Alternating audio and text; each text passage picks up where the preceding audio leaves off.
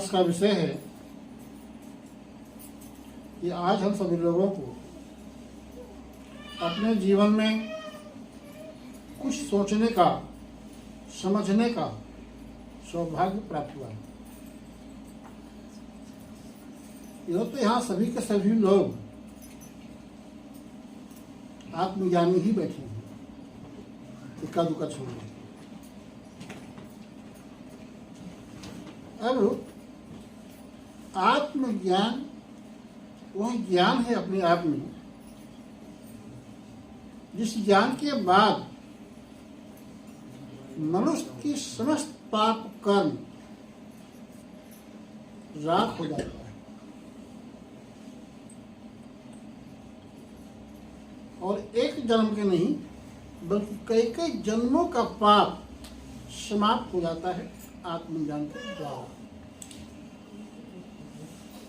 ऐसा भगवान श्री कृष्ण ने अर्जुन को समझाते हुए कहा कि अर्जुन, तू अगर सब पापियों से भी अधिक पाप करने वाला है तो भी निसंदेह ज्ञान रूपी नौका द्वारा बहुत सारे से पार कर।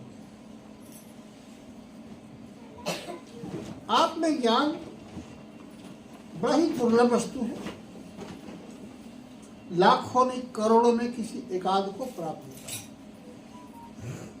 इसकी संख्या लाख नहीं होती है। अगर 1000 की आबादी हो तो एक आदमी इस ज्ञान की चर्चा को सुनना चाहता है। चाहने वालों की संख्या 1000 होती है तो एक आदमी इस ज्ञान की चर्चा को सुनता है। सुनने वालों की संख्या 1000 हो जाए, 1000 लोग यहाँ बैठे हों तो सुनता कितने लोग हैं? केवल एक आदमी, केवल एक आदमी। अब ये बड़ा आपको पता लगेगा कि कोई कान बंद कर दिया है क्या?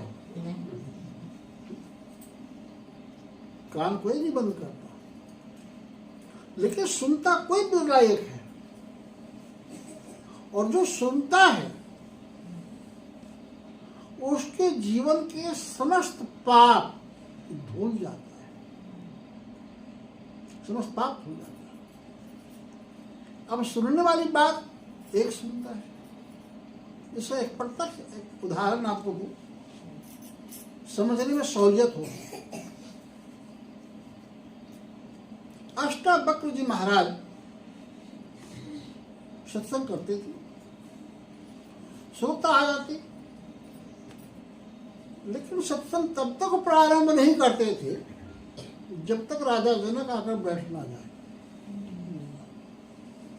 पसंद है ना?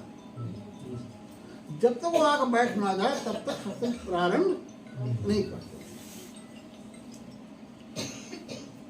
तो संतों का मुंडे मुंडे मतलब ही ना, हम यहाँ जितने लोग बैठे हैं स्वपत है, सबकी विचार अलग अलग है, सबकी सोचने की समझने की क्षमता अलग अलग है, सबके संस्कार अलग अलग हैं, सबकी जाति अलग अलग है। संस्कार गर्भ से पड़ता है मनुष्य का। तो वहां भी जितने लोग बैठते थे सबके मन में धीरे धीरे काना खुशी होने लगी कि महाराज जी सत्संग तब सुनाते हैं जब राजा जी आ जाते हैं। जब तक राजा साहब नहीं आते सत्संग नहीं सुनते। इसका मतलब उनकी निगाह में राजा का ही महत्व है, हम लोग कुछ है नहीं। लोग दिमाग में बात धीरे धीरे घर कर चलिए, सबके दिमाग में बात बैठ गई, पर सत्संग तो सत्संग है। फिर लोगों ने दिमाग पट्टा खाया, भाई चलो राजा जनक के बैठने के बाद सत्संग को सुनाते हैं, तो वो सत्संग हम सब पे कल्याण के लिए है, कोई बात नहीं। वो राजा हमको ज्यादा प्राथमिकता दे रहे हैं महाराज जी, तो सत्संग तो हो ही रहा है। लोगों ने विचार पट्टा खाया। इस तो होता क्या है, जब सत्संग प्रारंभ हुआ राजा जनक आकर बैठ गए, तो द्वारपाल ने आकर सूचना दी कि सरकार नगर में आग लग गई है। नगर में आग लग गई। जब नगर में आग लग गई तो बुझाने ड्यूटी किसकी है? राजा की। भाई वो मंत्रियों को बुलाया, आदेश दे, व्यवस्था करे। लेकिन तो राजा जनक से हिले डुले नहीं। अब आग फैलते फैलते मेन गेट पर आ गई। आग द्वारपाल का सरकार आग तो गेट पर आ गई। अब गेट पर आपको चप्पल जूता उतार के आए तो उसमें सुखदेव मुनि भाग खड़े हुए। क्यों? कि आग गेट पर आ गई है, उनकी लोटा और लंगोटी है, वो न जल जाए। भाग पड़े, सारी जनता भाग गई, उठ कर गए। सुखदेव मुनि भाग गए, पर राजा जनक बैठे रहे। कुछ समय के बाद सूचना आती है कि सरकार आग तो बुझ गई अपने आप। फिर सारी पब्लिक फिर इकट्ठा हो गई। अब यह बात सुखदेव ने ही सबके दिमाग में डाली थी। समझ रहे? सुखदेव ने ही सबके दिमाग को कन्विंस किया था। महाराज जी ने भजी सभा में कहा, सुखदेव ये राजा है, इसकी नगरी में आग लग गई, जिम्मेदारी किसकी थी? राजा की। इसके महल में आग लग गई, बीवी और बच्चे महल में हैं, जिम्मेदारी किसकी थी? पर तुम्हारी एक लंगोटी दो बीते का, इसलिए तुम भाग पड़े सत्संग से। इसी के नाम से रोता कहते हैं क्या? इसी के नाम से रोता है। तो कहने का तात्पर्य सत्संग कोई कोई सुनता है। इसलिए कहा 1000 लोग बैठे तो एक सत्संग सुनता है। और वह जनक आज विदेह कहलाते हैं। क्या कहलाते हैं? सारा समाज जानता है, जो शिक्षित समाज है, जिसको धर्म में आस्था है, वो जानता है कि जनक आज विदेह कहलाते हैं। विदेह हमारे बिना देह का है? कोई हवा तो है नहीं, भूत प्रेत तो है नहीं, देह तो है। लेकिन देह होते हुए भी कर्म के बंधन उसको बांध नहीं सका। कर्म करे और रहे अकर्मी, ऐसी युक्ति बतावे संत को सत्य गुरु मोहि भावे। ये कबीर ने प्रार्थना किया था। तो कर्म की गति बांध नहीं सकी। क्यों? कि वो श्रोता है। श्रोता वक्ता एक हुआ। जब श्रोता और वक्ता एक हुआ तो सत्संग उसके जीवन में उतर जाता है। जब उसके जीवन में उतरता है सत्संग, तो उसके सारे कर्मों के बंधन से छुटकारा दिला देता है। वह फिर ऐसा हो जाता है, संत कबीर ने लिखा, कबीरा जग में योर हो, जो जिह्वा मुख माय, घी घना भक्षण करे तो भी चिकनी ना। हमारी जिह्वा है, हमने बहुत घी खा ली, क्या जिह्वा में कभी चिकनाहट आती है? आई? या जोर से बोलो। घी से देह तो फैल गया, लेकिन जीभ चिकनी नहीं हुई। इसी प्रकार सत्संग मनुष्य को कर्म करते हुए भी अकर्ता बना देता है। कर्म करते हुए अकर्ता बना देता है। कर्म की गति उसको बांध नहीं सकता।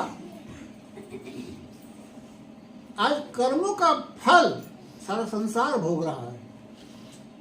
भोग रहा है नहीं भोग रहा? पर सत्संग वह गंगा है जहाँ कर्म का भोग धुल जाता है, धुल जाता है। आवश्यकता है सत्संग की महिमा। आज मनुष्य समझ नहीं पाया है। देखा देखी लोग सत्संग में आते हैं,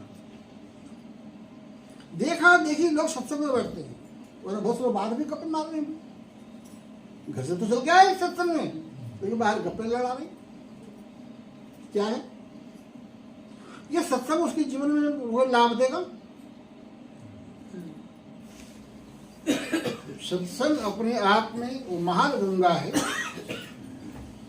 जहां मनुष्य के जन्म जन्मांतर के पाप धुल जाते हैं, पाप धुल जाते हैं, और मनुष्य परमात्मा की समीपता को प्राप्त कर लेता है। मनुष्य परमात्मा की निकटता को प्राप्त कर लेता है। पर आज सत्संग जो लोग आते हैं वो देखा देखी आते हैं।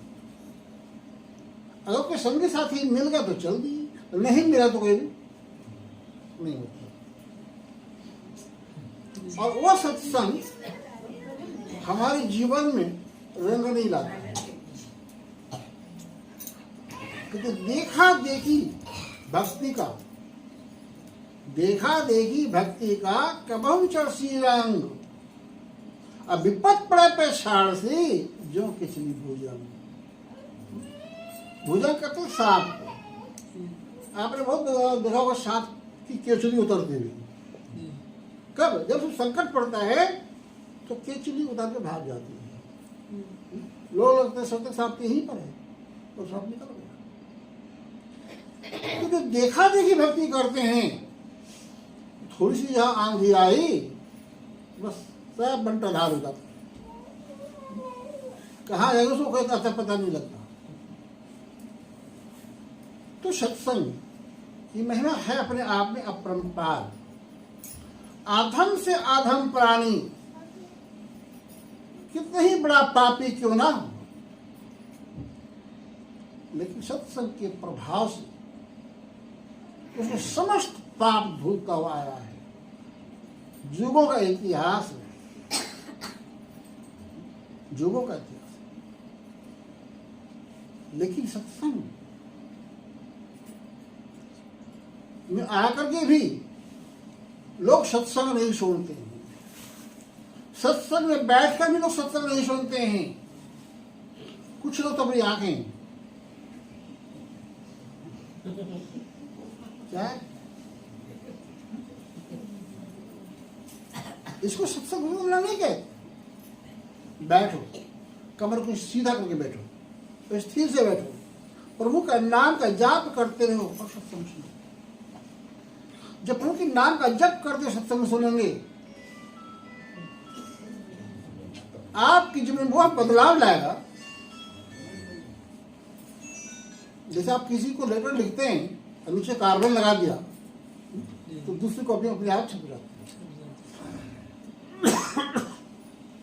आप सत्संग श्रवण करते समय नाम का जाप करते हैं, सत्संग श्रवण कीजिए, आपके हृदय में अंकित होता है। वो सत्संग आपके जीवन में परिवर्तन लाएगा, ना लाए ये मतलब नहीं उठता।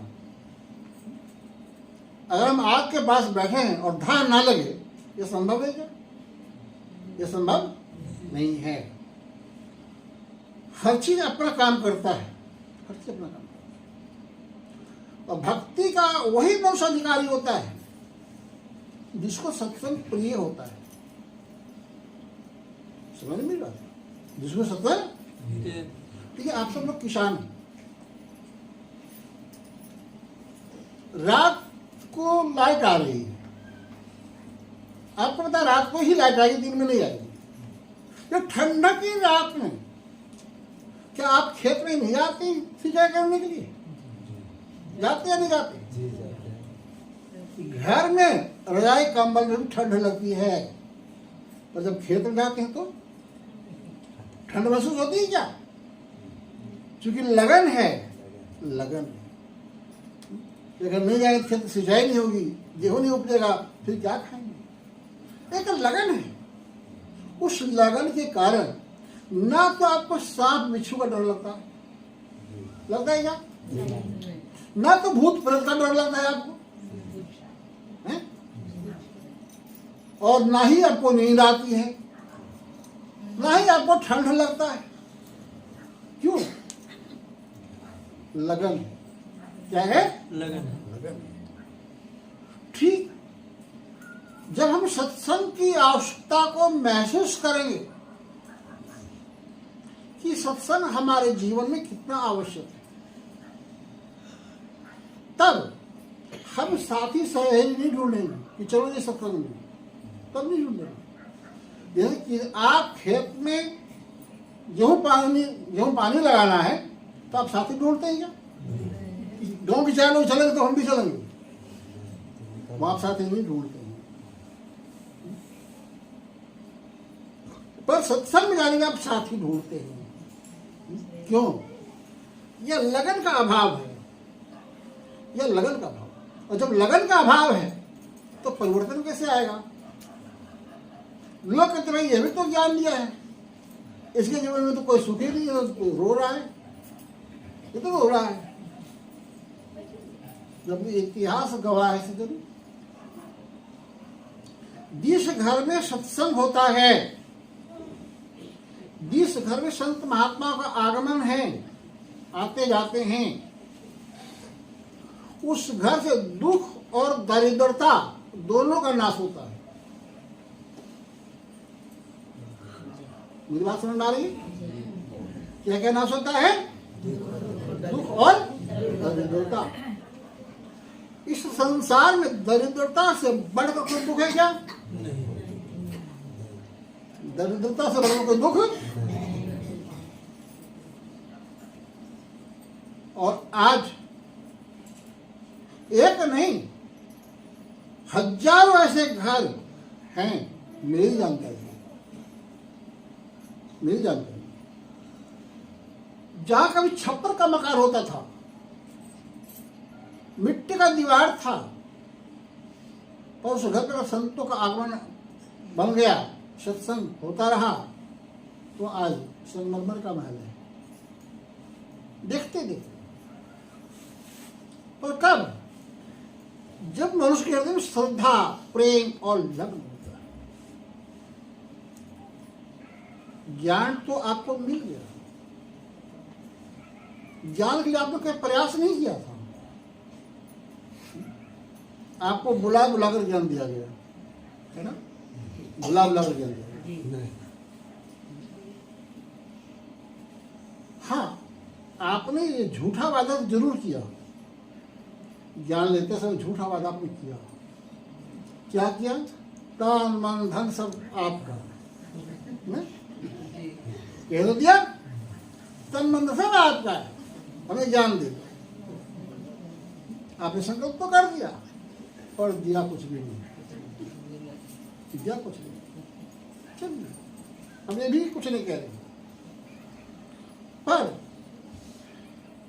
भक्ति के मार्ग में कुछ आवश्यकता हैं जो हमें निभानी चाहिए।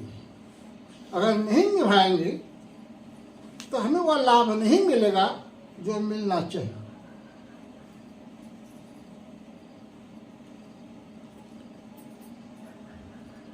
आज से पहले जब आप गुरु दरबार में आप नहीं आए थे, उसके पहले पूजा पाठ व्रत उपवास आप सब कुछ करते थे या नहीं करते थे? जो नहीं करता था तो उठाना, वाह, सभी लोग करते थे। इस दरबार में आने से पहले क्या किसी को भगवान का या देवी देवता दर्शन होता था? नहीं। अगर होता तो बताओ। नहीं। किसी को नहीं हुआ? चलिए, बड़ी अच्छी बात। पर आज आपको अपने हृदय में भगवान का दर्शन होता है या नहीं? है? होता है। कितने लोग होता है? हाथ उठाना। कितने लोग होता है?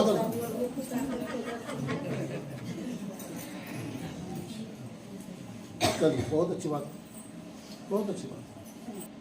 एक कहावतें आपने सुन रखा है कि लोग जंगलों में आते थे, तपस्या कर हड्डियां गल जाती थी, पर भगवान का दर्शन नहीं होता था। हैं? ये सुना आप लोगों ने? लेकिन आपको बिना ही तपस्या के भगवान का दर्शन हो, ये कितनी अच्छी बात है। न तपस्या करना पड़ा, ना गंगा में गोता मारने पड़ रहे हैं, घर बैठे हो रहा है। सही यही है, भगवान हमारे हृदय में है। भगवान हृदय, जब हम हृदय की मार्ग में प्रवेश करना सीखेंगे तो दर्शन होगा, इसमें कोई संदेह नहीं। ठीक है, आप में से बहुत लोग को दर्शन हुआ, कुछ लोगों को नहीं हुआ है, ये भी सत्य हो सकता है। आज सत्संग में पहली बार आए हो सकता है ज्ञान ना मिला हो, बहुत सी बात हो जाती है। यही ज्ञान, इसको आत्मज्ञान कहते हैं। आत्मज्ञान के बगैर, आत्मज्ञान के बगैर जो कुछ भी हम करते हैं, पूजा पाठ, व्रत, उपवास, जप, हवन, दान, ये सब का महत्व जीरो के समान है। सबका महत्व जीरो के समान। अगर एक अंक है और दाहिने साइड हमने जीरो लगा दिया तो कितना बनेगा? दूसरा जीरो लगा तो, तीसरा जीरो लगा तो 10 गुना बढ़ता चला जाएगा। अगर बाएं साइड में कोई अंक नहीं है और 100 जीरो लगा दो, क्या बनेगा? संतों ने कहा कि राम नाम एक अंक है और सब साधन शून्य, अंक गए सब शून्य है, अंक रही 10 गुण। समझो, अगर आप को ज्ञान प्राप्त, उसके बाद अगर आप दान करते हैं तो 1 जीरो बढ़ जाएगा, सेवा करते हैं दूसरा जीरो बढ़ जाएगा, सत्संग करते हैं तीसरा जीरो बढ़ जाएगा, भजन करते हैं 5वां जीरो बढ़ जाएगा, जीरो बढ़ता ही चला जाएगा। और आप फिर निर्धन रहेंगे, धनवान क्या हो जाएंगे? मीरा कहती है, पायो जी मैंने नाम रतन धन पाया, नाम रतन धन, खर्च न होवे चोर न लेवे, दिन दिन बढ़त सवायो, पायो जी मैंने नाम रतन धन पाया। यह नाम रतन हमारे जीवन से दुख और दरिद्रता दोनों का नाश करता है, दोनों का नाश करता है, बशर्ते हम नाम का जप तो करेंगे। अब हमको नाम तो मिल गया पर हम जप करेंगे ही नहीं, फुर्सत ही नहीं है, तो क्या हो? कुछ मिल जाएगा क्या?